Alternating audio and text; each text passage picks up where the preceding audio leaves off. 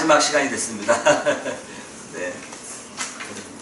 그동안 하나님 말씀 잘 들어주셔서 너무 감사를 드립니다. 제가 첫 시간에는 예수 그리스도에 대해서 골로새서에 있는 말씀을 가지고 함께 나눴고요.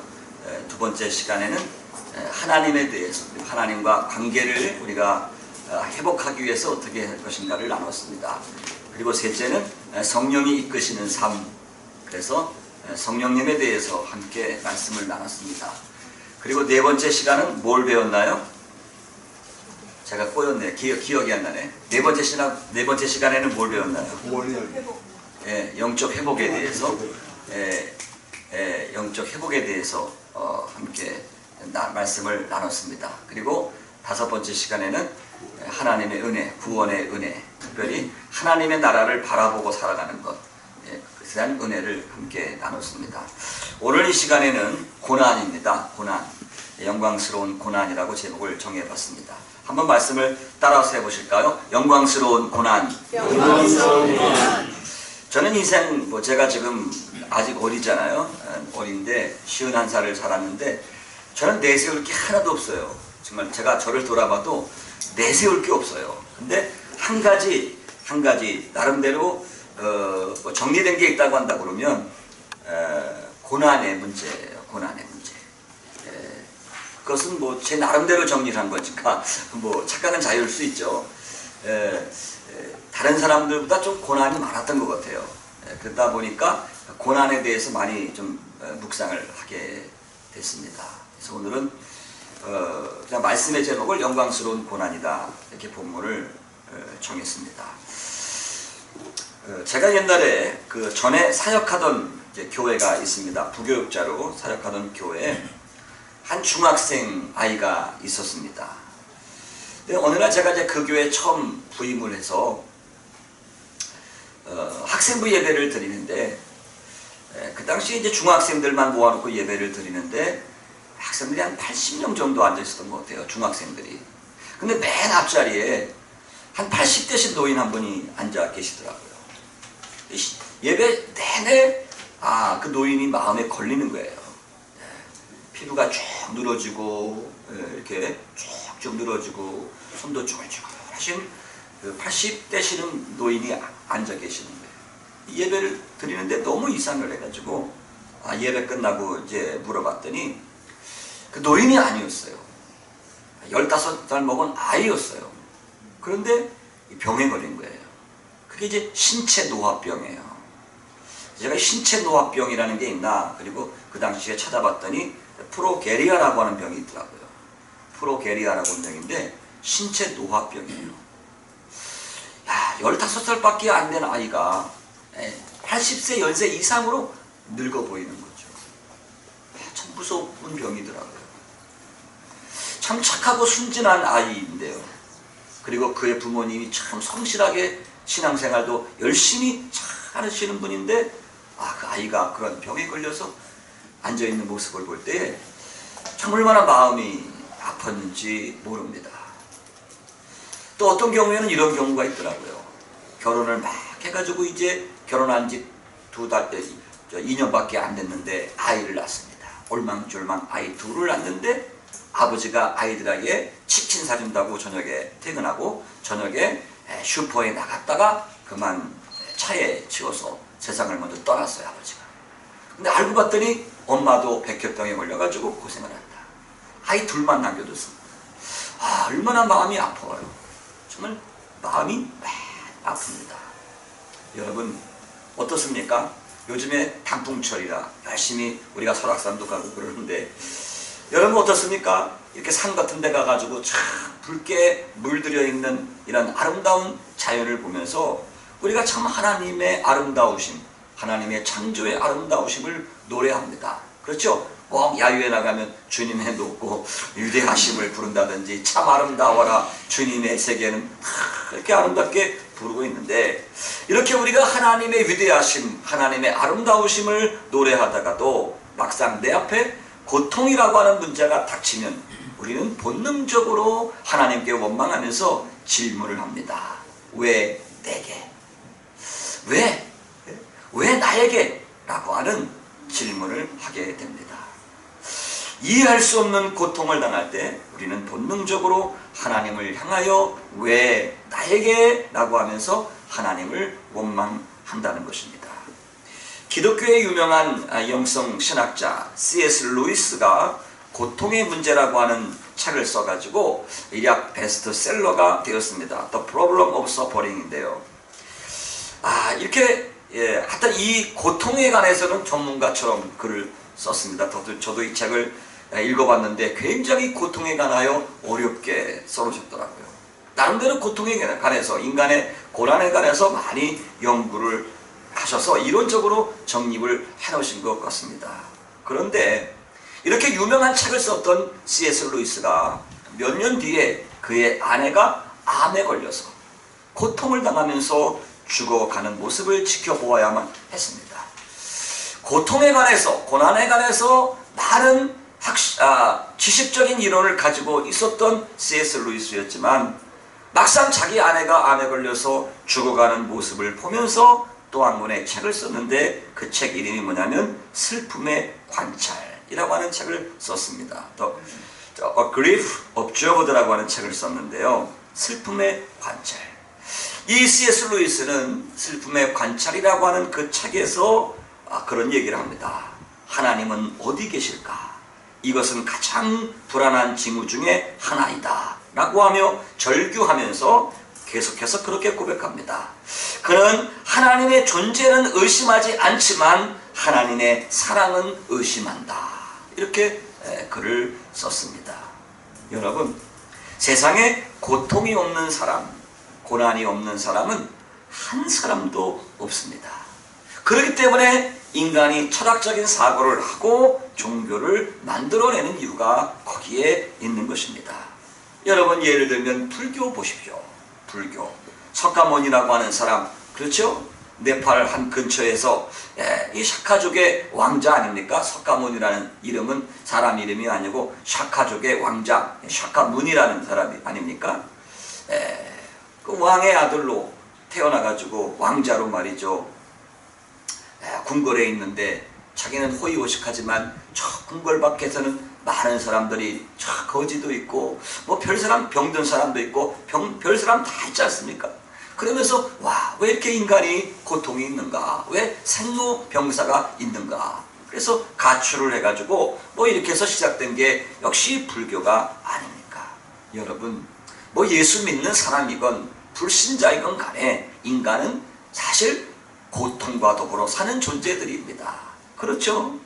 성경은 욥기서 5장 7절에 우리에게 말씀해 주고 있습니다. 인생은 고난을 위하여 난나니 불티가 위로 올라간 같으니라. 사람이 그렇게 고난이 있다는 것입니다. 우리는 끊임없이 하나님은 선하시고 전능하신데 왜 그분의 피조물들이 완전한 행복을 누리지 못하고 고통과 고난을 당하며 사는가? 라고 하는 근본된 물음에 빠지게 됩니다. 계속해서 우리는 과연 하나님은 존재하시는가? 하나님은 공평하신가? 하나님은 나에게 관심이 있으신 분인가? 하면서 하나님의 실존에 관한 절박한 질문을 던지게 되는 것입니다. 오늘 여러분에게 제가 한번 여쭤보겠습니다. 우리 인생에게 고난이 필요한가? 아니면 그 고난은 백해 무익한 것인가? 한번 여러분에게 질문을 좀 던져보겠습니다.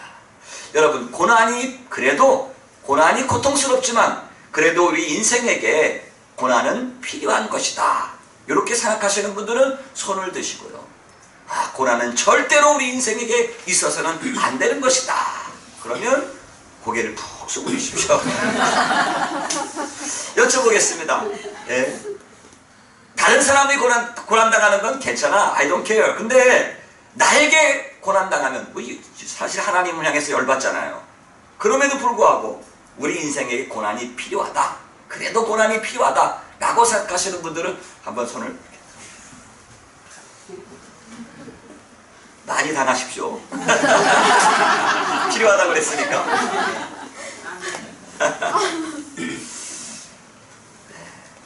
여러분들이 잘 아시네요.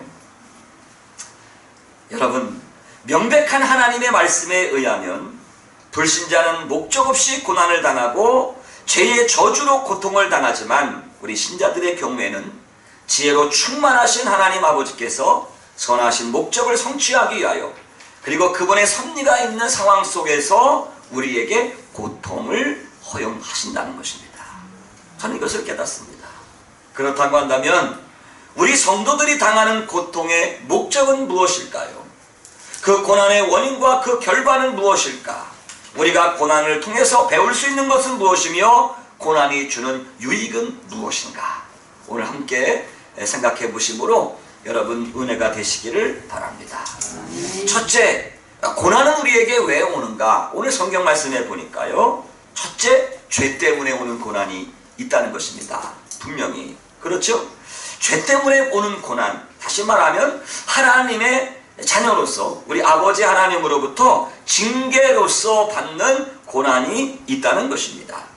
오늘 본문의 말씀 베드로전서 2장 20절에 거기 그렇게 써 있습니다. 죄가 있어 매를 맞고 참으면 무슨 칭찬이 있으리요? 그랬습니다. 그러니까 우리가 매를 맞는다, 고난이 있다. 그 결국은 그 원인은 뭐예요? 죄 때문에 오는 고난이 있을 수가 있다는 것입니다.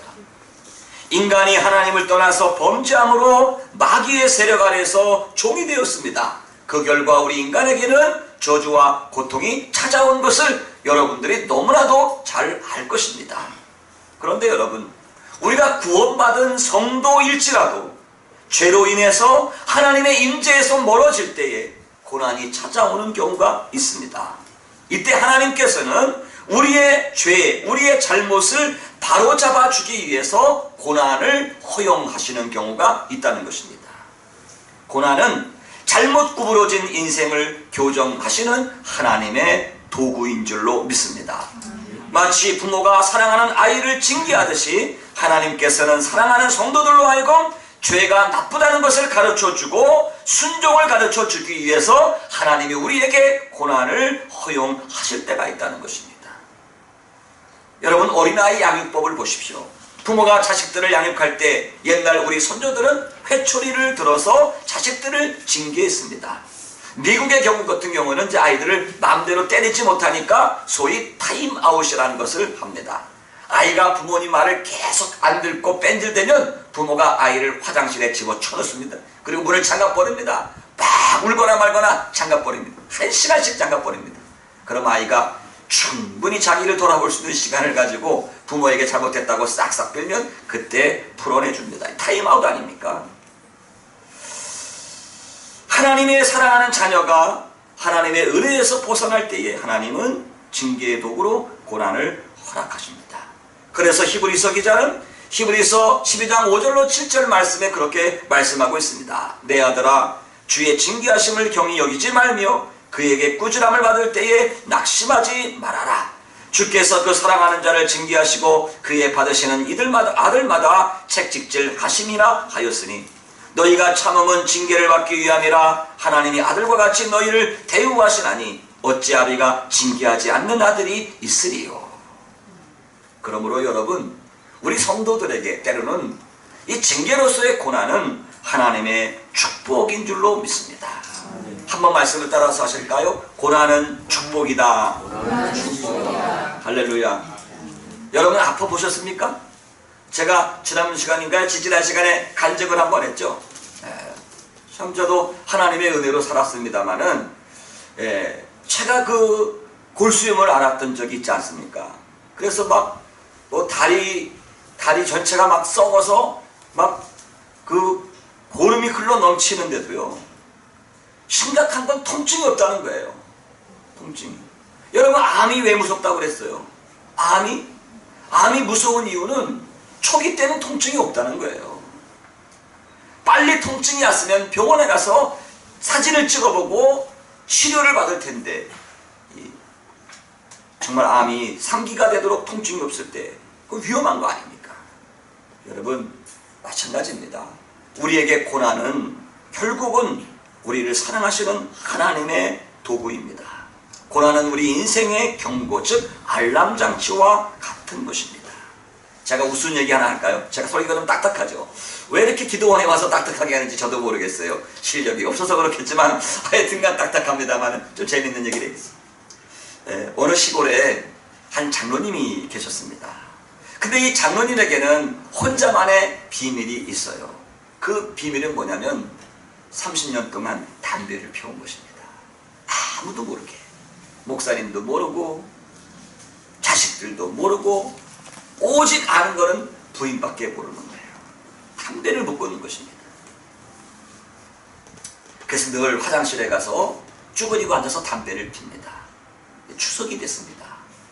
추석 되면 서울에 살고 있는 자녀들이 다 내려오지 않습니까? 그런데 여러분 시골 화장실이 어때요? 푸세식 아닙니까? 푸세식. 여러분 푸세식 아세요? 예, 푸세식 화장실이에요. 큰 항아리를 묻어놓고 거기에 널빤지 2개 올려놓고 볼일 보는 화장실이 이제 푸세식입니다. 이제 추석 때가 되고 자식들이 내려올 때가 됐는데 화장실이 이제 꽉 찬 거예요. 그러니까 어떻습니까? 화장실이 꽉 찰 뿐 아니라 이 추석 때쯤 되면은 뭐가 많이 생기나요? 구더기가 많이 생깁니다. 여름 내내 먹고 토실토실 살찐 구더기들이 막 그 푸세식 화장실에 꽉 찬 거예요. 그러니까 이제 조금 있으면 곧 이제 서울에 올라갈 아이들이 다 내려오는데 화장실이 너무 지저분하니까 이 화장실을 어떻게 좀 소독을 할까 하다가 어머니가 읍내에 나가서 누가 뭡니까 그거 석유를 사다가 부면은 그 석유에 다 이 구더기가 죽는다고 그래가지고 석유를 사다 이제 읍내에 나갔더니 마침 석유가 다 떨어졌어요. 그래서 할 수 없이 뽕 대신 닭이라고 휘발유를 사왔습니다. 이쯤 되면 여러분 다 감이 오죠? 휘발유를 사다가 다 부었어요. 추석이 됐습니다. 아이들이 막 이제 온 거예요. 오후가 돼가지고 와가지고 너무 재미있어요. 아주 고기도 구워가지고 맛있게 먹었는데 밥을 먹고 나니까 이 아버지 장로님이 땡기는 게 있어요. 그래서 몰래 아무도 몰래 빠져나왔습니다. 그래서 화장실에서 엉덩이를 까고 쭉 쭈그리고 앉아가지고 담배를 뻑뻑 피는데 너무 맛있는 거예요. 다 피고 난 다음에 그것을 갖다가 화장실 밑에다 탁 던졌더니 갑자기 뻥 하는 소리와 함께 나머지는 비명소리가 들렸다는 이야기입니다. 그래서 그 후로 이 목사님이 다시는 담배를 안 피게 됐다. 이 장로님이 담배를 안 피게 됐다 하는 그런 무슨 얘기를 제가 들었습니다. 때로는 우리가 고난당하죠. 네. 하나님이 우리를 징계하는 알람장치일 수가 있다는 것입니다. 두 번째 고난이 있습니다. 두 번째 고난은 무슨 고난이 있나요? 아까 목사님이 읽은 성경은 옛날 버전이죠. 옛날 버전인데 옛날 버전에는 거기 MA 받는 고난이 있습니다. MA 받는 고난이요. 요즘 성경에는 부당한 고난으로 적혀 있습니다. 19절 말씀 MA 고난을 받아도 하나님을 생각함으로 슬픔을 참으면 이는 아름다우니라 이렇게 기록하고 있습니다. 내가 이해할 수 없는 고난, 원인을 알 수 없는 고난, 믿음으로 살려고 노력하는데도 부당하게 당하는 고난들이 있습니다. 여러분 그런 경우가 있습니까? 없습니까? 나는 믿음으로 살려고 하는데도 고난을 당할 때가 있어요. 애매한 고난이 있습니다. 내가 이해할 수 없는 고난이 있습니다. 부당한 고난이 있을 수 있다는 것입니다. 여러분 이러한 애매한 고난에는 저는 두 가지가 있다고 생각합니다. 왜 우리가 애매한 고난을 받고 사는가 우리 성도들이? 첫째로 이 애매한 고난에는 성도를 온전한 사람으로 세워주기 위해서 하나님이 허용하시는 고난이 있습니다. 다시 말하면 우리 성도들의 성화를 위해서 하나님이 허용하시는 고난이 있을 수 있다는 것입니다. 영적 성장의 요인으로서 우리 안에 있는 불의한 것들을 씻어내어 예수님의 성품을 담게 하는 고난입니다. 마치 거친 대리석 덩어리를 정성과 사랑으로 쪼아내는 예술가의 손길처럼 하나님께서는 고통을 허용하셔서 우리 성도들을 온전한 믿음의 사람으로 만들어 가신다는 것입니다. MA 당하는 고난은 하나님께서 연단과 훈련의 목적으로 허용하시는 고난이 있습니다. 마치 저 구약 성경에 나오는 동방의 의인 욥의 경우처럼 사단의 시험이 있죠. 사단이 시험합니다. 아내가 배신을 합니다. 그리고 친구들 빌답, 소발, 엘리바스 같은 친구들이 와서 그 고난을 위로해 주지만 진정한 위로가 될 수가 없습니다. 그런데 욥기서 23장 10절인가요? 그런 고백을 합니다. 나의 가는 길을 오직 그가 아시나니 그가 나를 단련하신 후에는 내가 정금같이 나오리라. 다윗도 비슷한 고백을 합니다. 고난당하기 전에는 내가 그릇 행하였더니 이제는 주의 말씀을 지키나이다. 여러분, 하나님께서 우리에게 고난을 허용하시는 경우가 있는데 그것은 우리의 성화를 위해서, 영적 성숙을 위해서 하나님이 우리에게 고난을 허락하실 때가 있다는 것입니다. 제가 미국에 처음 갔을 때 일입니다. 그때 너무 가난했어요. 그래가지고 먹을 것이 없어가지고 그걸 고생할 때인데 그때 마침 충청 도민의 잔치가 있다고 그러더라고요. 그 충청 도민의 잔치가 있다고 그래가지고 어느 분이 저희를 초대를 했어요. 저는 충청 도민이 아닙니다. 저는 경기도민인데 먹을 게 너무 없으니까 충청 도민 그 큰 미국에 이제 공원들이 있잖아요. 공원이 있어요. 나무들이 뭐 아람들이 나무 같은 것이 쭉쭉 서 있는데 거기서 충청 도민을 한대. 거기 가면 이제 점심때 갈비를 구워줘요. 그래가지고 먹을 게 없으니까 저희 식구 4식구가 같이 가가지고 충청 도민에 참석을 해가지고 1시간 앉아주고 그리고 이제 갈비 점심을 잘 얻어먹었습니다. 그리고 이제 우리 아이들을 풀어놓아가지고 그 공원에서 막 노는 거예요. 근데 우리 큰아이가 저를 막 불러요. 아빠 여기 희한한 게 있다고. 동물의 왕국 한다고. 그래가지고 가봤더니요, 매미 한 마리가 큰 상수리 나무 밑에서 허물을 벗고 나오는 거예요. 껍질을 벗고 나오는 거예요. 그런데 막 애를 쓰는 것 같아요. 애를 써요. 우리가 한 10분 이상을 지켜보는데 뭐 움직이질 않으면서 조금씩 애를 쓰는 거예요. 근데 제가 너무 마음이 안타까운 거예요. 제 성격이 그런 걸 못 보는 성격이에요. 그래가지고 어떻게 했습니까? 야, 도와주자. 그래가지고 아들 둘하고 저하고 같이 그 매미의 껍질을 싹 찢어줬습니다. 나오기 쉽게. 어떻게 됐을까요? 매미가 죽더라고요. 나중에 안 얘기지만은 매미는 4시간, 5시간, 8시간 계속해서 그 껍질과 사투를 버리면서 근육이 강화돼가지고 날개에 힘이 생겨서 마침내 껍질을 벗고 나올 때는 하늘을 날 수 있는 힘이 길러진다는 것입니다. 그걸 제가 몰랐던 것입니다. 여러분, 사실 우리의 신앙은 고난을 통해서 성장을 합니다. 고난 없는 영적인 성장은 사실 흔치가 않습니다. 고난을 통해서 우리의 영성은 내면화되는 것입니다. 객관적인 진리가 체험적인 믿음이 된다는 것입니다. 그래서 욥기서 42장 5절에 그런 고백을 합니다. 내가 주께 대하여 귀로 듣기만 하였었더니 이제는 눈으로 주를 배움나이다. 고난당하기 전과 고난당한 후에 그의 신앙이 180도 더 깊어지는 것을 볼 수가 있습니다. 하나님께 쓰임받았던 믿음의 영웅들은 대부분 애매히 받는 고난을 경험했던 사람들입니다. 그러나 분명한 사실은 이러한 고난에는 반드시 끝이 있다는 사실입니다. 고난에 임계점이 있다는 말입니다.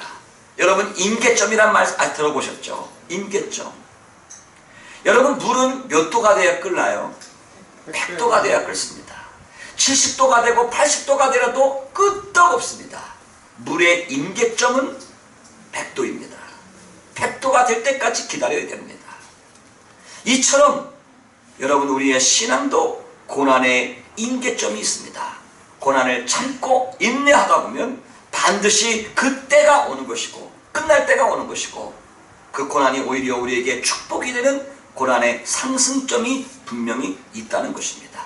그래서 물의 임계점은 100도요 나만 장군의 임계점은 7번이었습니다. 그렇지 않습니까? 6번 목욕할 때까지 아무런 반응이 없어요. 7번 순종할 때 그때 하나님의 기적이 일어났습니다.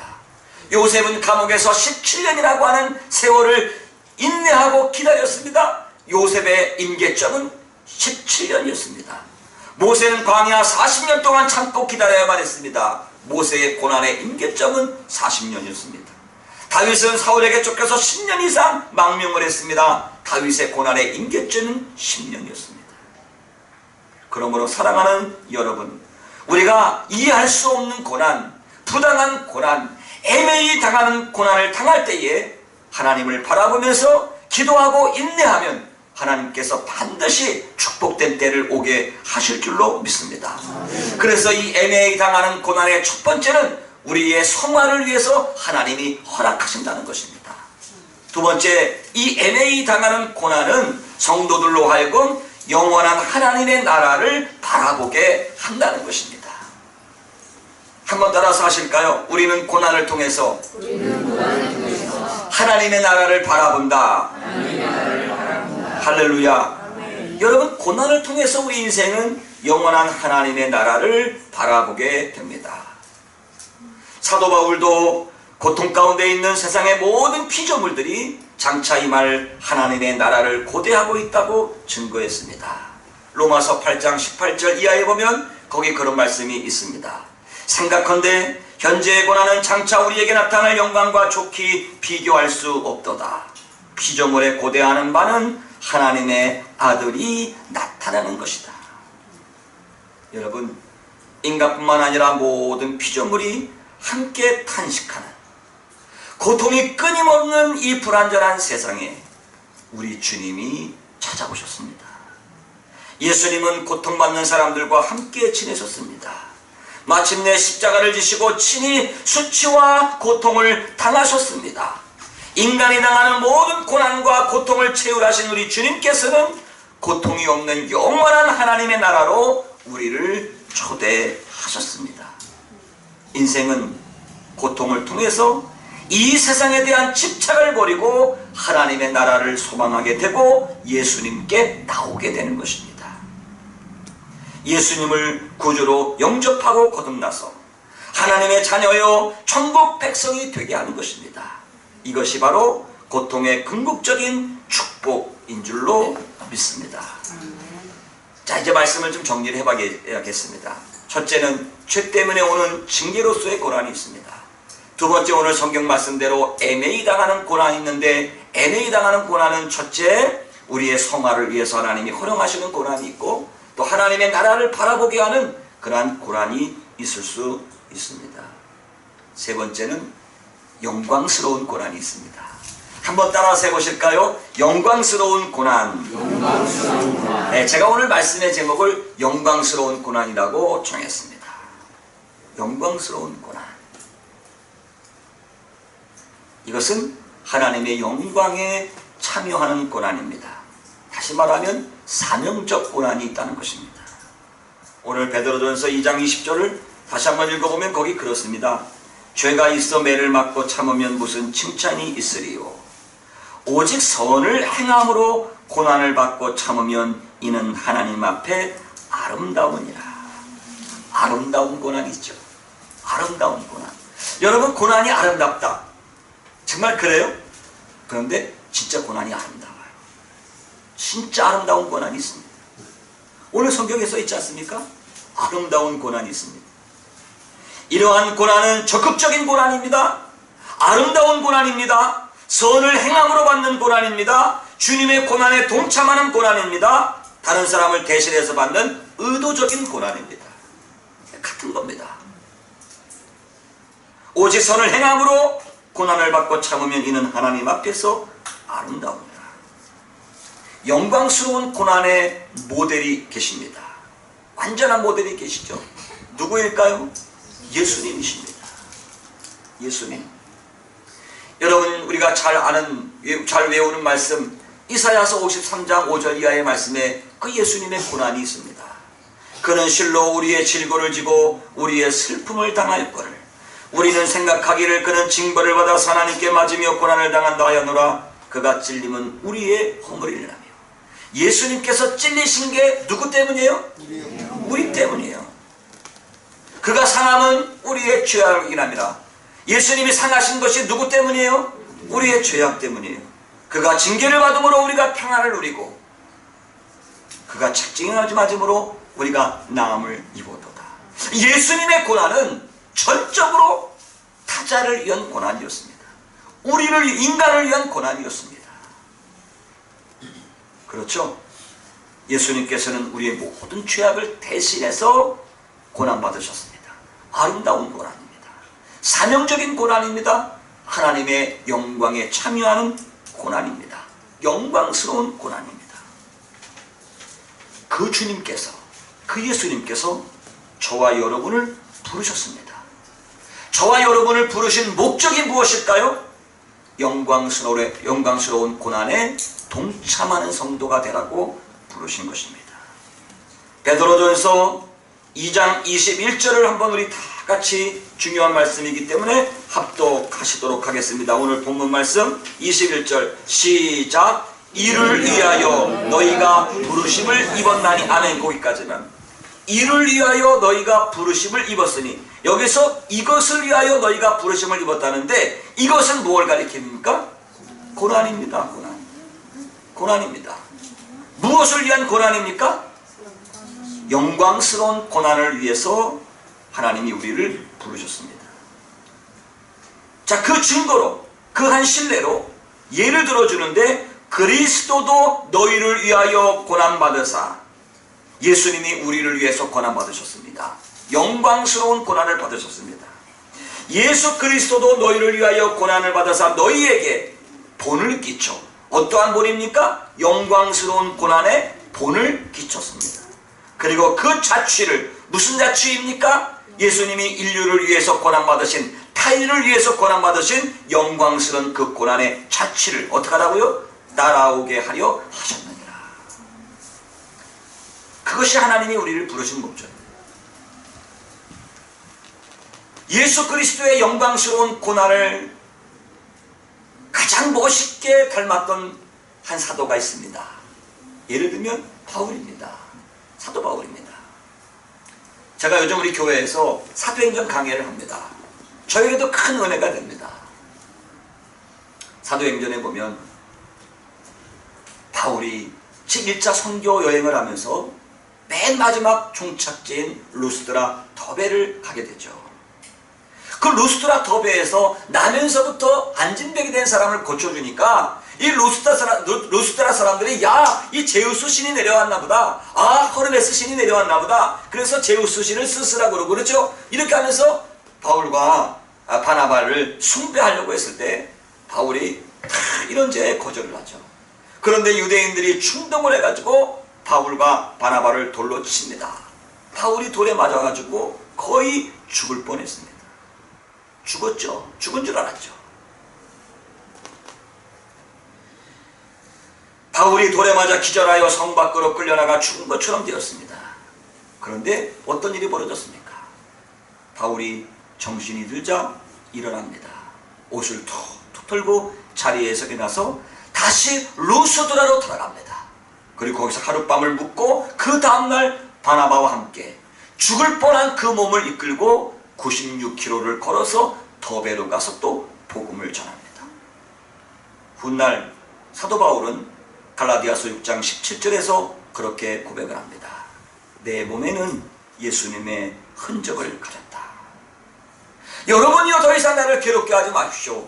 내 몸에는 그리스도의 흔적이 있습니다. 그런 고백을 합니다.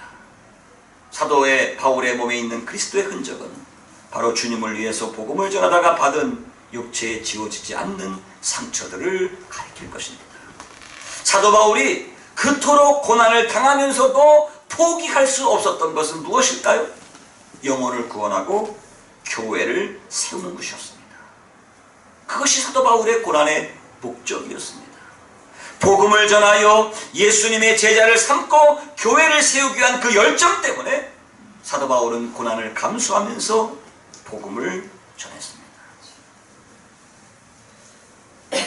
사도 바울은요, 이 루스드라에서 고난을 받으면서 복음을 전한 결과 많은 사람을 주님의 제자로 삼고, 그리고 무엇보다도 가장 값진 믿음의 아들 디모데를 얻게 된 것입니다. 그리고 성장한 디모데에게 훗날에 편지를 씁니다. 디모데후서 2장 3절에 사랑하는 아들 디모데에게 하면서 내가 그리스도의 좋은 군사로 나와 함께 고난을 받아라 하면서 권면을 하고 있는 것을 볼 수가 있습니다. 그렇습니다, 여러분. 가장 영광스러운 고난은 어떤 고난일까요? 복음을 위해서, 주님의 몸된 교회를 위해서 우리가 고난받을 때 이는 아름다운 고난인 줄로 믿습니다. 사도행전 14장 22절에 보면 거기 그런 말이 있습니다. 하나님의 나라에 들어가려면 많은 혼란을 겪어야 할 것이다. 이런 고난에는 영광이 있고 면류관이 있습니다. 할렐루야. 영광의 면류관이, 생명의 면류관이 있고요, 의의 면류관이 있고요, 시들지 않는 면류관, 썩지 않는 면류관이 있는 줄로 믿습니다. 여러분은 교회를 위해서, 복음을 위해서 고난받으신 흔적이 있습니까? 영광스러운 고난의 흔적이 있습니까? 한번 돌이켜볼 수 있기를 주님의 이름으로 축원합니다. 제가 이제 제 간증을 좀 해야겠습니다. 예, 딱딱한 얘기는 그만하고요. 제 간증을 좀 해야겠는데,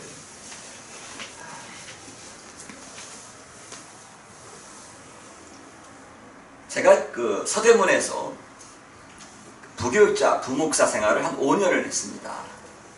부목사 생활을 한 5년을 했는데 저를 좋아하는 어느 집사님 한 분이 연락이 왔습니다.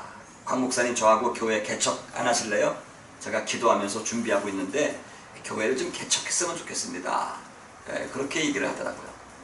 저도 너무 기뻤어요. 한 교회 5년 있고 이제 목회를, 단독 목회를 해야 되는데 기도하고 있었는데 그 집사님이 이제 교회를 개척하자고 그러니까 제가 그냥 너무 좋아가지고 물론입니다. 그냥 기도도 안 하고 결정을 했어요.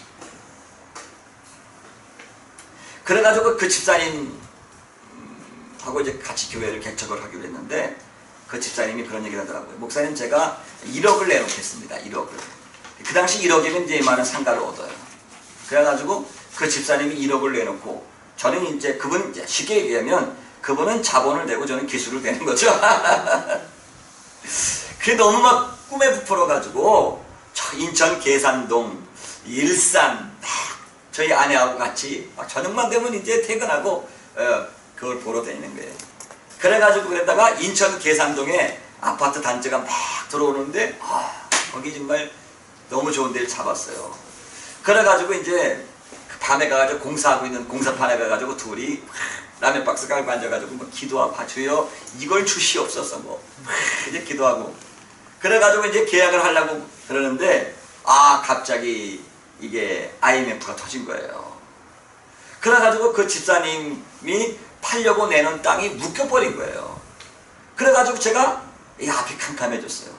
교회에다가는 사임한다고 얘기를 해놓고 개척은 뽕 날아가고 이게 앞이 깜깜해진 거예요. 그때 이제 우리 내내가 기도하기 시작했습니다. 하나님, 이 갈 데가 막막합니다. 막막해. 그랬더니 어느 날 담임 목사님이 저를 불러요. 강 목사, 당신 미국 한번 안 가볼래? 얘기하더라고요. 이야기인 즉슨 이 목사님의 형님이, 친형이 시카고에서 목회를 하셨는데 목회를 그만 실패하셨어요. 그래서 교인들이 한 50명, 60명 모이다가 서로 다, 이미 교회는 많이 깨지잖아요. 그래가지고 서로 뿔뿔이 다 흩어졌어요. 교인이 한 사람도 안 남은 거예요. 교회 이름만 있는 거예요. 교회 이름만, 시카고 나사렛 교회, 교회 이름만 있는 거예요. 근데 거기 형님이 이제 너무 탈진해가지고 목회를 안 하시려고 그러는데 곽 목사가 한번 거기 가볼래? 제가 길이 없는 거예요. 그래서 무조건 순종을 하고 이제 미국에 갔습니다. 가는 길이 얼마나 험하고 힘들었는지 제가 비자를요 11번을 떨어졌습니다. 종교 비자 11번. 여러분 비자 11번 떨어진 분 계십니까? 이 자리에? 미국 가기 위해서 비자 11번 떨어진 경험이 없을 거예요. 아마 기네스북에 올라갈 겁니다. 제가 11번 비자를 떨어졌어요. 물론 저는 참 이상하게 비자가 쉽게 나왔는데 우리 아이들하고 식구들이 비자가 안 나왔어요. 그러니까 저 혼자 미국에 가가지고 8개월을 혼자 살았습니다. 하여튼 우여곡절 끝에 1년 만에 비자를 받아가지고 우리 식구들이 미국에 들어가서 이제 시카고 나사렛 교회를 개척을 하는 것입니다. 교인은 딱 한 사람 있습니다. 교인 한 사람. 한국에서 이제 이혼을 하고 미국으로 호를 단신 오신 남자 성도님 한 분 계십니다. 그분하고 이제 교회를 개척을 하는 거예요. 돈이 없으니까 이 남미 사람들, 멕시코 사람들 교회를 빌려가지고 오후 2시에 예배를 드립니다. 그러니까 참 앞이 캄캄하죠. 그래도 또 거기서 새벽 기도한다고 남의 교회 몰래 문 따고 들어가가지고 키는 줬으니까 문 따고 들어가가지고 새벽마다 새벽 기도하다가 그만 1년 만에 쫓겨나게 됐겠습니다. 새벽 기도하다가 들켰어요. 새벽 기도하다가 들켜가지고 쫓겨나게 됐어요. 그래가지고 거기서 1년 7개월을 목회를 했는데 교인이 한 16명 됐어요. 그래가지고 16명 교인들을 데리고 쫓겨나가지고 쫓겨날 판이 된 것입니다. 이제 조금 있으면 교회를 비워줘야 돼요. 그래가지고 17명이 이제 릴레이 금식을 합니다. 세일에 릴레이 금식 기도하자. 그래가지고 순서를 짜가지고 금식 기도하면서 하나님께 막 부르짖고 기도하는데 조그만 상가가 하나 나왔어요. 상가가 과일 가게 하는 창고로 쓰는 상가예요. 근데 거기가 한 달에 월세가 얼마짜리 상가가 나왔냐면 1,500불이니까 한국 돈으로 한 160만 원 되겠죠, 한 달에. 그러니까 1,500불 되는 상가가 나왔어요. 한 달에 1,500불. 거기다가 이제 전기세, 수도세 이런 거 합치면 한 200만 원 정도 들어가는 상가예요. 2,000불 정도 들어가는 상가인데 그 당시에 우리 교회가 한 달에 헌금이 얼마 나왔냐면은 1,200불이 나왔어요. 1,200불 나오는 돈 가지고 2,000불짜리 상가를 이제 그냥 금식기도 하고 갈 데가 없으니까 얻어서 들어갔습니다. 근데 참 하나님의 은혜로요.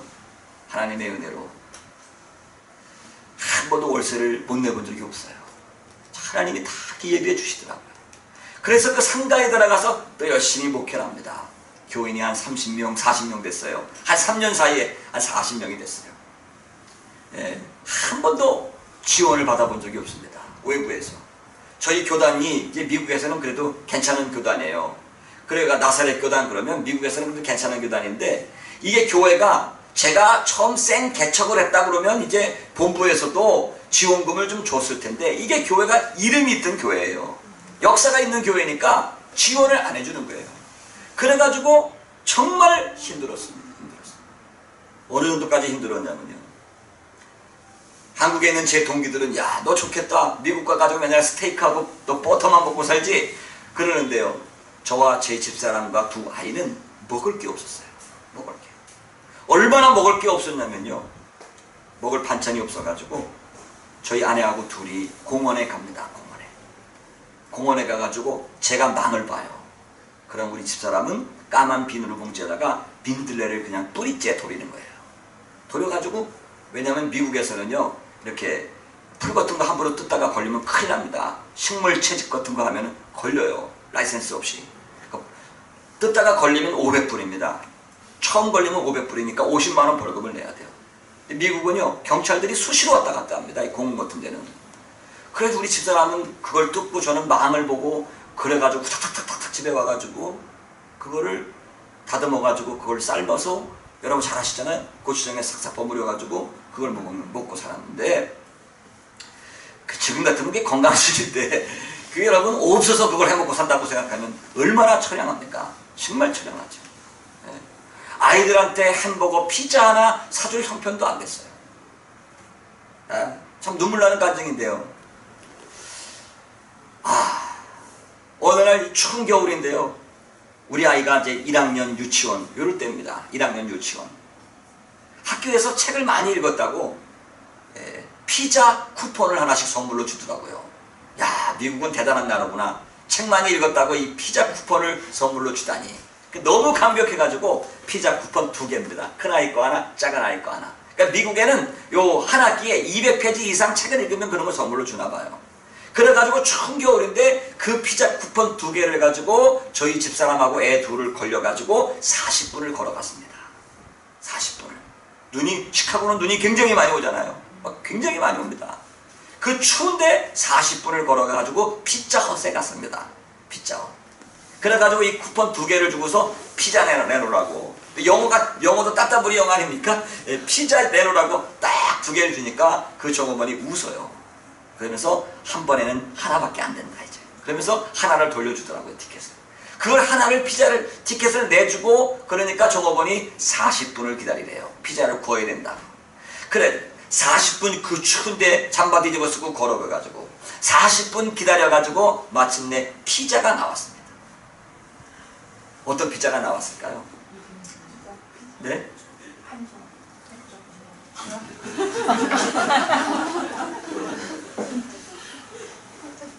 요만한 피자. 요만한 피자. 그게 이제 일종의 피자헛에서 고객을 끌려고 만들어내는 작전이고, 요만한 피자가 나온 거예요. 얇은 거, 띵 피자. 딥 피자가 아니라, 두꺼운 피자가 아니라 얇은 피자가 나온 거예요. 근데 피자 한 판을 사려면 16불이 있어야 돼요. 큰 거 한 판을 사려면 16불. 근데 저희에게는 그 돈이 없어요. 그래서 4시서 40분을 걸어가서 40분을 기다려서 요 피자 하나를 받아가지고 돌아서 왔습니다. 집에 와가지고 감사 기도를 하고 다시금 피자를 4등분을 했어요. 식구가 40분이니까 4등분을 해가지고 큰 아이 하나, 작은 아이 하나. 그리고 차마 저희들은 먹을 수가 없어서 그것을 아이들에게 줬어요. 네. 그리고 개척을 했어요. 세월이 흘러가지고 한 3년 되니까 교인이 한 40명 됐어요. 재밌더라고요. 재밌고 사례비도 타고, 많이 타진 않았지만 타고. 그래서 그 으쌰으쌰 하고 있는데 갑자기 이 건물 주인께서 월세를 올리겠다는 거예요. 사람들이 모이는 걸 보고 그랬는지 월세를 올리겠다는 거예요. 예, 월세를 월 2,000불로 올리겠다는 거예요. 월 2,000불 올리면 유틸리티까지 하면 또 2,500불이 되는 거예요. 감당하기 어려운 거예요. 그래서 우리가 기도하자. 그래가지고 전 교인이 릴레이 금식 기도를 합니다. 하나님, 마음 놓고 김치찌개 해먹고, 마음 놓고 성경 공부하고, 마음 놓고 탁구 치고 놀 수 있는 우리들의 공동체의 공간을 달라고 릴레이 금식을 했습니다. 그런데 성탄절 예배가 됐습니다. 우리끼리 성탄절 예배를 드리는데 갑자기 미국 사람이 들어와요. 예배에. 알고 봤더니 우리 교단 지방의 감독이에요. 그러니까 우리 장로교식으로 얘기하면 노회장이죠. 우리 교단 식으로 얘기하면 슈퍼인텐던트예요. 디스트릭 슈퍼인텐던트.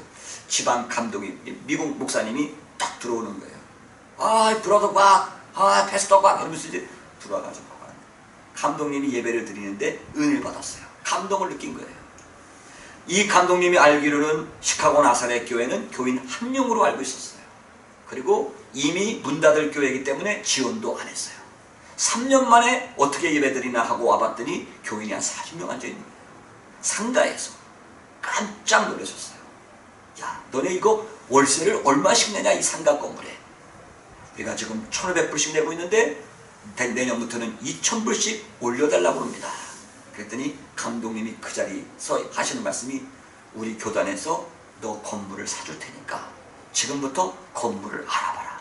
예배당 건물을 알아봐라 그러더라고요. 그러면 우리가 흥분했죠. 눈물이 쏟아지죠. 그래가지고 그날부터 저희 아내와 더불어 그 주변에 있는 예배당 할 만한 건물들을 샅샅이 뒤지기 시작했어요. 제일 만만한 게 유대인들 회당이에요. 유대인 회당은 잘 시설이 좋아요. 땅도 좋고. 그래가지고 유대인 회당들을 쭉 알아보고 있는데 갑자기 제가 한국으로 오기 전까지 머물렀던 샴버거라고 하는 지역인데, 샴버거라고 하는 지역에 예배당이 하나 빈다는 거예요. 우리 교단에 어느 교회가 사람들이 줄어들어가지고 문을 닫게 됐는데 그 건물하고 땅이 빈다는 거예요. 그걸 너에게 주고 싶은데 너 그 건물 가질래? 그러더라고요. 근데 그 건물은 지금 우리가 살고 있는 데는 좀 빈민가예요. 이민 처음 오신 분들, 극빈자들, 뭐 이런 빈민들이 살고 있는 지역인데, 얼마나 지역이 낙후되어 있는 지역이냐면요, 이제 곁길로 나가는 것 같지만 저희가 살던 집이 원베드룸이에요. 방 하나 있고 거실 하나 있는데 마룻바닥인데, 네 식구가 처음에 뭐 침대도 없고 뭐 그냥 거기서 자는 거죠. 신문지 깔고 자고 신문지 깔고 밥 먹고 그럴 때인데, 불만 밤에 목말려가지고 물 먹겠다고 불만 딱 켜면요, 바퀴벌레가 그냥 싱크대 가에다가 불 쫙 켜면 그냥 냉장고 싱크대로 쫙 들어가요. 여러분 상상이 가세요? 바퀴벌레? 그런 집에서 굉장히 빈민가예요. 그런데 거기서부터 40분 떨어진 곳인데, 거기는 미국에서 5% 안에 드는 좋은 도시예요. 거기에 교회가, 빈 교회가 있는 거예요. 네. 조그만 교회, 아담한 교회인데요. 땅이 1500평입니다. 땅이 1500평이에요. 상상이 가세요? 땅이 1500평에다가 교회가 벽돌로 건물이 아름답습니다. 거기서 한 7분 떨어진 곳에 목회자 사택이 있습니다. 단독주택입니다. 그 목회자 사택이 300평입니다. 땅이 앞에 잔디밭이 있고 뒤에 잔디밭이 있습니다. 뒤에 가보면 사과나무가 있습니다. 자두나무가 있습니다. 포도나무를 심어놨습니다. 쫙 잔디밭에. 그거를 단돈 1불도 안 받고 그냥 주겠다는 것입니다. 하나님이 역사를 하시더라고요. 할렐루야. 아멘. 그런데 문제가 생겼습니다. 고속도로로 40분을 가야 되는데 과연 지금 이 40명의 교인들이 따라갈까 안 따라갈까, 그게 의문이 생긴 거예요. 그래서 제가 기도하면서 제지께 때 얘기를 했습니다. 교회가 앞을 봐서는 옮겼으면 좋겠는데 여러분은 어떻습니까 했더니 40명 전원이 만장일치, 한 명도 나고자가 없이 거기 오시겠다는 거예요. 그래서 할 수 없이 교회에서 15인승 버스를 사고 또 8인승 또 밴을 사고 새 차를 2대를 뽑았습니다. 그래가지고 40분 거리를 주일마다 실어나가는 거예요. 차를 가지고 실어나갑니다. 40명 교회를 실어나가고. 그래가지고 시카고 나사렛 교회가 세워졌습니다.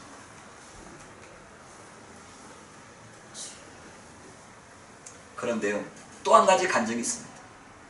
교인이 40명 됐을 때 저에게 위기가 왔어요. 미국에서 오래 살려면 가장 중요한 게 뭘까요? 신분이 안정이 돼야 돼요. 그렇죠? 소위 영주권, 그린카드, 퍼머넌트 비자를 받아야 해요. 비자를 받든지 시민권을 따든지 그래야 사역을 안정되게 할 수가 있습니다. 근데 저희들은 그곳에 가서 종교 비자를 받았어요. 그러니까 종교 비자를 받아가지고 열심히 일을 하면서 영주권 신청을 했어요. 그런데 이 교단 미국 그 고문 변호사님이 실수를 해가지고 제때 영주권을 신청을 해야 되는데 저희 서류를 신청을 안 하고 자기 서랍에다가 그냥 묵혔어요. 그래가지고 영주권에서 최종 심사에서 부결이 됐어요. 디나이가 됐어요. 거절이 됐습니다. 그래서 저희가 거기서 한 4년 5년 살았을 때 영주권이 거절돼가지고 하루아침에 불법 체류자가 됐습니다. 이제 목회하던 거 그거 다 놔두고 그 좋은 예배당 들어가가지고 그대로 놔두고 저희 식구들은 미국에서 추방당할 위기에 처해 있었어요. 제가 미국에 가지고 3년을 불법 체류를 했습니다. 변호사가 실수해가지고요. 미국에는 그런 법이 있습니다. 서류를 접수하는데 그 놓치는 기간이 있어요. 이 법률적인 용어를 제가 안 하겠습니다만 하여튼간 제가 날짜를 며칠 어겼어요. 보통 미국에서는 6개월까지 봐줘요. 180일까지는 그레이스 피오리드라고 그래가지고 은혜의 기간이라 가지고 6개월 180일을 봐주는데 제가 날짜를 며칠을 어겼냐면 209일을 어겼어요. 그러니까 한 30일 더, 209일이니까 180에 한 29일 정도 더 어긴 거죠. 그래서 영주권이 부결이 돼가지고 제가 하루아침에 불법 체류자가 됐어요. 여러분, 불법 체류자가 되면 어떻게 되는지 아세요? 간첩하고 똑같아요. 간첩. 운전을 하고 가다가도요, 경찰차가 지나가면 가슴이 철렁 내려앉습니다. 죄진 것도 없는데 싹 돌려가지고 숨숨 투명인간처럼 살아요.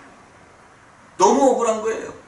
저희는 미국에 와가지고 목회한 죄밖에 없는데 변호사가 실수를 해가지고 우리가 불법 체류자가 됐습니다. 앞길이 캄캄합니다. 아이들은 학교를 더 이상 다닐 수가 없는 상황이 점점 되는 거예요. 제가 너무 억울해가지고요, 여기저기 도와달라고 편지를 씁니다. 근데 저희가 저희 시카고는 미국 50개 주에서 일리노이 주에 속해 있어요. 일리노이 주예요. 근데 그 당시에 저희 시카고의 국회의원, 미국에서는 이제 세네터라고 그래가지고 상원의원이라고 그러잖아요. 상원의원이죠. 예, 우리나라 국회의원 정도죠. 상원의원이 2사람이 있습니다. 민주당, 시카고는 이제 민주당이 좀 세요. 예, 공화당보다는. 민주당 상원의원 2사람이 있었는데, 한 사람은 릭 더빈이라는 사람, 리차드 더빈이라는 사람이 있고, 한 사람은 바락 후세인 오바마라는 사람이 그때 상원의원을 했어요. 제가 그 2사람에게 편지를 썼습니다. 저는 한국에서 온 성직자인데 나는 아무 잘못이 없는데 변호사가 실수해서 미국 이민법을 어겼으니까 저를 좀 도와달라고. 그랬더니 딕 더베이라는 사람한테서는 편지가 안 오고 오바마한테서, 오바마 여러분 아시죠? 지금 대통령 오바마가 상원 의원 할 때인데 그 사람이 저한테 편지를 보냈더라고요. 물론 밑에 있는 사람이 보냈겠죠. 오바마가 저한테 편지를 썼습니다. Dear Pastor God 해가지고 당신의 처지는 딱한, 제가 한국말로 할게요. 당신의 처지는 딱한데 당신은 명백히 미합중국의 이민법을 어겼기 때문에 나도 당신을 어떻게 도와줄 수가 없다. 내가 밑에 있는 고용 변호사들을 속해서 변호사들을 동원해가지고 너의 케이스를 면밀히 연구해 봤는데 네가 명백히 날짜를 어겼다. 나는 널 도와주고 싶은데 현실적으로 그것이 어렵다. 너에게 좋은 방법이 있으면 나에게 알려다오. 내가 그럼 그때 돕겠다. 이런 편지를 써가지고 저한테 보내가지고 거기다가 오바마라고 사인을 해가지고 보냈더라고요. 여러분 대단하죠? 저 그 편지를 갖고 있습니다 지금. 네. 물론 이제 그게 값은 안 나가겠죠. 밑에 그게 이제 비서가 했겠죠. 너무 억울한 거예요. 그래가지고 제가 이민국에다가 편지를 씁니다. 나 억울하다. 도와달라. 계속 쓰니까 어느 날 갑자기 이민국 사무소에서 핑거프린트라고 그래요. 이거 지문 찍는 거 있잖아요. 지문 찍으라고 공문이 왔어요. 대개 지문 찍으라고 공문이 오면 영주권을 주는 거예요. 와, 그 지문 찍으라고 편지가 왔길래 우리 식구들이 너무 좋은 거예요. 야, 이제 뭐 3년 만에 우리가 이제 간첩신분에서 투명인간에서 합법적으로 영주권을 받는구나. 너무 좋아했어요. 그런데 너무 좋아해가지고 변호사한테 가가지고 이게 무슨 편지냐고 한국 변호사한테 물어봤더니 그거는 추방하기 위한 절차로 추방 재판을 하기 위해서 그동안 네가 미국 살면서 범죄한 기록이 있는지 없는지를 알아보려고 미국에서 하는 거라고 하더라고요. 천국에 갔다가 다시 지옥으로 떨어졌어요. 그래갖고 저희들이 불법죄를 3년 하고 추방 재판에 해부가 됐습니다. 그래가지고 저희 식구 4식구가 추방 재판을 1년 동안 받는데 4번 동안 법정에 출두를 했습니다. 변호사 동반하고. 여러분 우리가 얼마나 기도를 많이 했겠어요. 1년 동안 매 저녁마다 예배당 가서 우는 거예요. 저희들은 괜찮아요. 저희들은 뭐 한국에 나오면 뭐 못 살겠어요. 부복사라도 가면 되잖아요. 근데 아이들은 미국 가서 5년 6년 사는데 이게 다 영어로 혓바닥이 꼬부라져가지고 우리 작은 아이는 유치원에 갔는데 유치원 때부터 갔는데 어떻게 한국에 돌아와요? 우리 작은 아이가 그래요. 아빠 우리는 한국 가서 못 산다고. 재판을 받습니다. 1번, 2번, 3번 우여곡절 많은 눈물이 있었죠. 마지막 4번째 재판을 받는데요. 마지막이에요. 파이널 디시전이에요. 거기서 판사가 딱 판결을 내리면 우리는 일주일 안에 보따리 싸들고 추방을 당해야 되는 거예요. 근데 하나님이 역사를 하신 것 같아요. 제가 법정에 딱 출두하고 들어가는데 마침 들어가서 제가 딱 앞자리에 앉아있고 변호사가 앉아있는데 판사가 딱 나오다가 저하고 눈이 딱 마주쳤어요. 저하고 눈이 딱 맞추는데 이분이 눈을 깔더라고요. 밑으로. 이게 좋은 징조인가 나쁜 징조인가. 그런데 조금 있다가 판사가 판결을 읽어요. 다 법복을 했고요. 죄수에 다 저희가 죄수가 됐습니다. 여러분 다 죄수가 됐고요. 뒤에는 권총창 경찰 다 있고 우리 아이들 쫙 앉아있고 참 못할 짓 한 거죠. 판사가 판결문을 막 5분 동안 녹음기를 딱 눌러놓고 녹음을 해가면서 뭐 미국의 이민법 몇 점 쫙 떠들어요. 경상도 말로 시부리죠. 막 이렇게 하다가 마지막에 가서 딱 뭐라고 얘기하냐면 이민국은 이 패스터 가게에게 앞으로 1달 이내에 영주권을 줘라. 아멘. 할렐루야. 아멘. 만약에 이민국에서 받아들이지 않고 대법원의 그 이민법 연방법원에 항소를 하려면 30일 안에 항소할 수 있다. 그렇지 않을 경우에는 1달 이내에 영주권을 퍼머넌트 비자를 이분들에게 줘라. 땅땅땅 때리더라고요. 와, 할렐루야. 아멘. 얼마나 감사합니까? 근데 끝난 게 아니에요. 저희들이 한 달 동안 조마조마. 왜? 이민국에서 항소할까봐. 한 달 동안 또 조마조마 기도하고. 그런데 하나님의 은혜로 정확하게 5월 30날 재판을 했는데 6월 30날 이민국에서 영주권 카드 사진 찍으러 와라. 그래가지고 저희들이 6월 30일 날 영주권을 받았어요. 할렐루야. 그리고 그해 10월 달인가요? 영주권 받고 2달 있다가 서울에 있는 제가 지금 목회하고 있는 전농동 나사렛 교회에서 부흥회하러 와라. 부흥회하러 와라. 그래가지고 정말 저희들은 너무 신나가지고 영주권 받고 합법적으로 한국에 나와서 처음 나사렛 교회에 와가지고 부흥을 했는데 그게 인연이 되었는지 어쨌는지 제가 지금 나사렛 교회 담임 목사를 하고 있습니다. 하나님이 그렇게 인도하십니다. 저에게는 하나님이 애매한 고난을 허락하셨어요.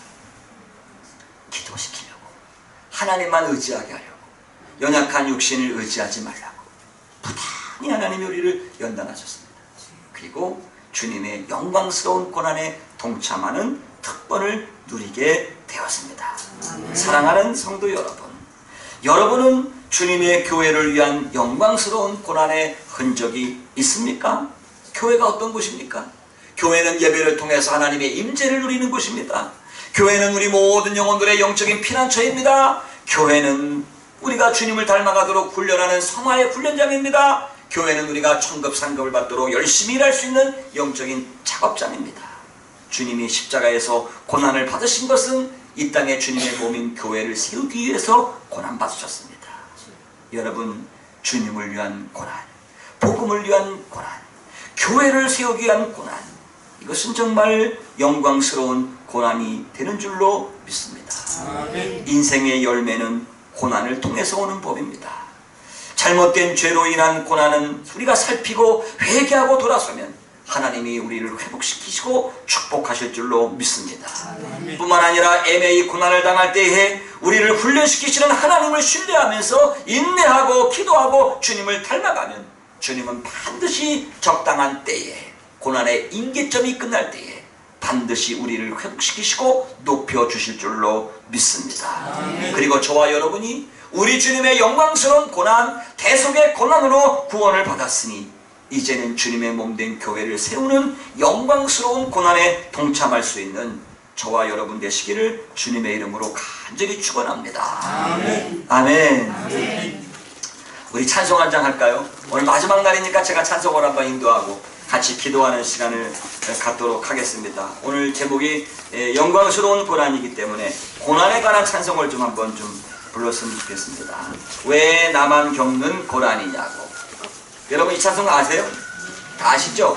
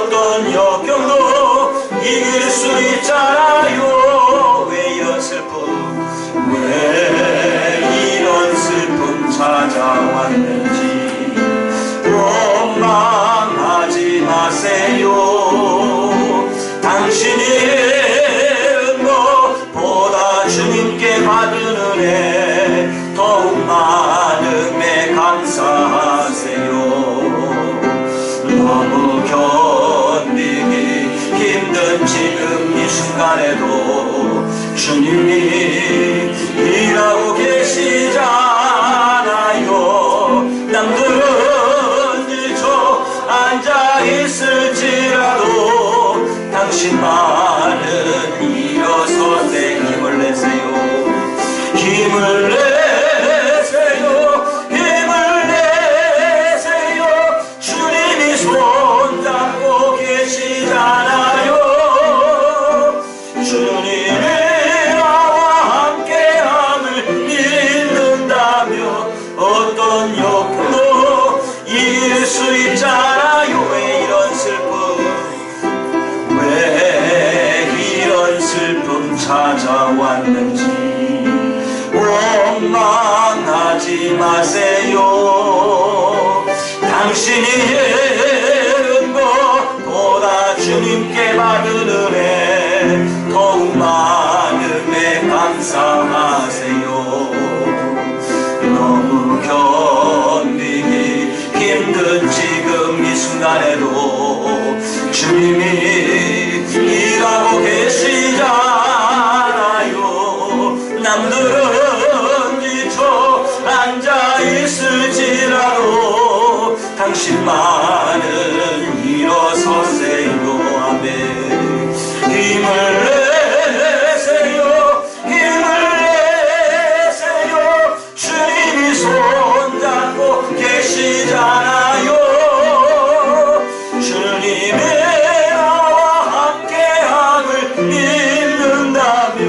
어떤 고난도 이길 수 있잖아. 힘을 내세요. 힘을 내세요. 힘을 내세요. 주님이 손잡고 계시잖아요. 주님이 나와 함께함을 믿는다며 어떤 고난도 견딜 수 있잖아요.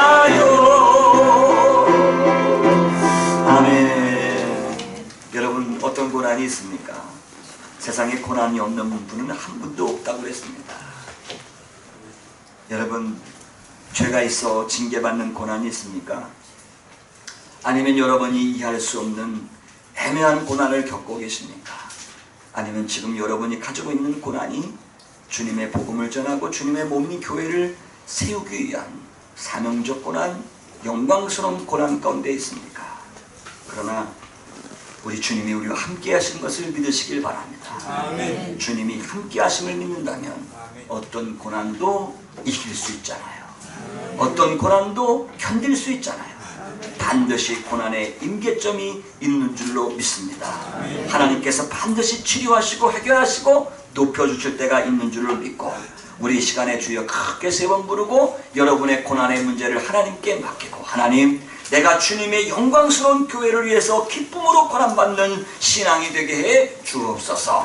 우리 주여 성창하고 기도하겠습니다. 주여, 주여.